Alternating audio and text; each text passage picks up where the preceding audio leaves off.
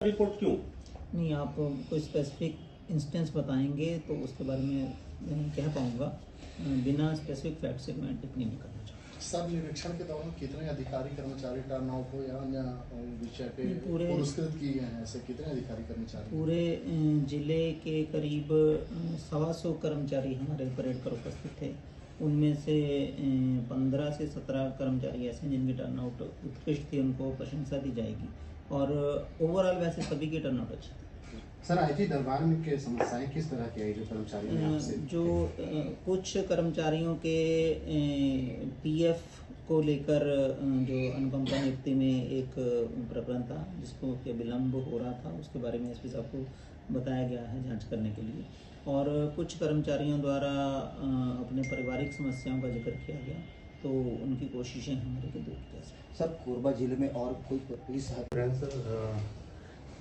आज जिला कोरबा का वार्षिक निरीक्षण हम कर रहे हैं। सबसे पहले पुलिस लाइन में परेड का निरीक्षण किया गया, जिसमें के 5 टोलियां थीं, जिसमें के जिले के सभी थाना प्रभारी, अन्य स्टाफ और हमारे आरक्षक और इवन हमारे डॉग स्क्वाड के जो लोग हैं वो भी उपस्थित थे।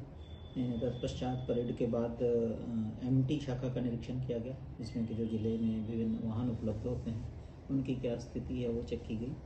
फिर उसके बाद पुलिस लाइन में इंस्पेक्शन किया गया, जिसमें कि पुलिस लाइन की आर्मरी है और अन्य जो हमारे बलवा ड्रिल की सामग्री है वो किस प्रकार से रख रखाव है उसका निरीक्षण किया गया। तत्पश्चात पुलिस सम्मेलन किया गया, जिसमें कि हमारे जो पुलिस के जितने भी स्टाफ हैं उनको किस प्रकार की समस्याएं हैं, जो उनके सुझाव हैं, जो पुलिस मुख्यालय और शासन की जो मंशा है, जो पुलिस के से एक्सपेक्टेशन क्या है, उसके बारे में उनको बताया गया। उसके बाद यहाँ पुलिस अधीक्षक कार्यालय में हम अभी पुलिस अधीक्षक कार्यालय का निरीक्षण कर रहे हैं। वहाँ पे क्या क्या इश्यूज़, शाखाएँ हैं, विभिन्न शाखाएँ पुलिस अधीक्षक कार्यालय की, उसका भी इंस्पेक्शन चल रहा है। इसके पश्चात राजपत्रित अधिकारियों की एक बैठक लेंगे, जिसमें कि विभिन्न जो क्राइम है उसकी सिचुएशन क्या है, लॉ एंड ऑर्डर की सिचुएशन जिले में क्या क्या है, और इसके पश्चात फिर एक हम थाना विजिट करेंगे। तो ये आज के निरीक्षण का हमारा शेड्यूल है और मुझे पूरी उम्मीद है कि निरीक्षण एक जो प्रशासनिक प्रक्रिया है जिसके माध्यम से कसावट लाई जा सकती है समय समय पर निरीक्षण के, उसका उद्देश्य से पूरा होगा। सर, जो दूर के इलाके हैं सर, जो चौकी थाना है, वहाँ वाहनों की कमी सर कुछ है इस पर सर?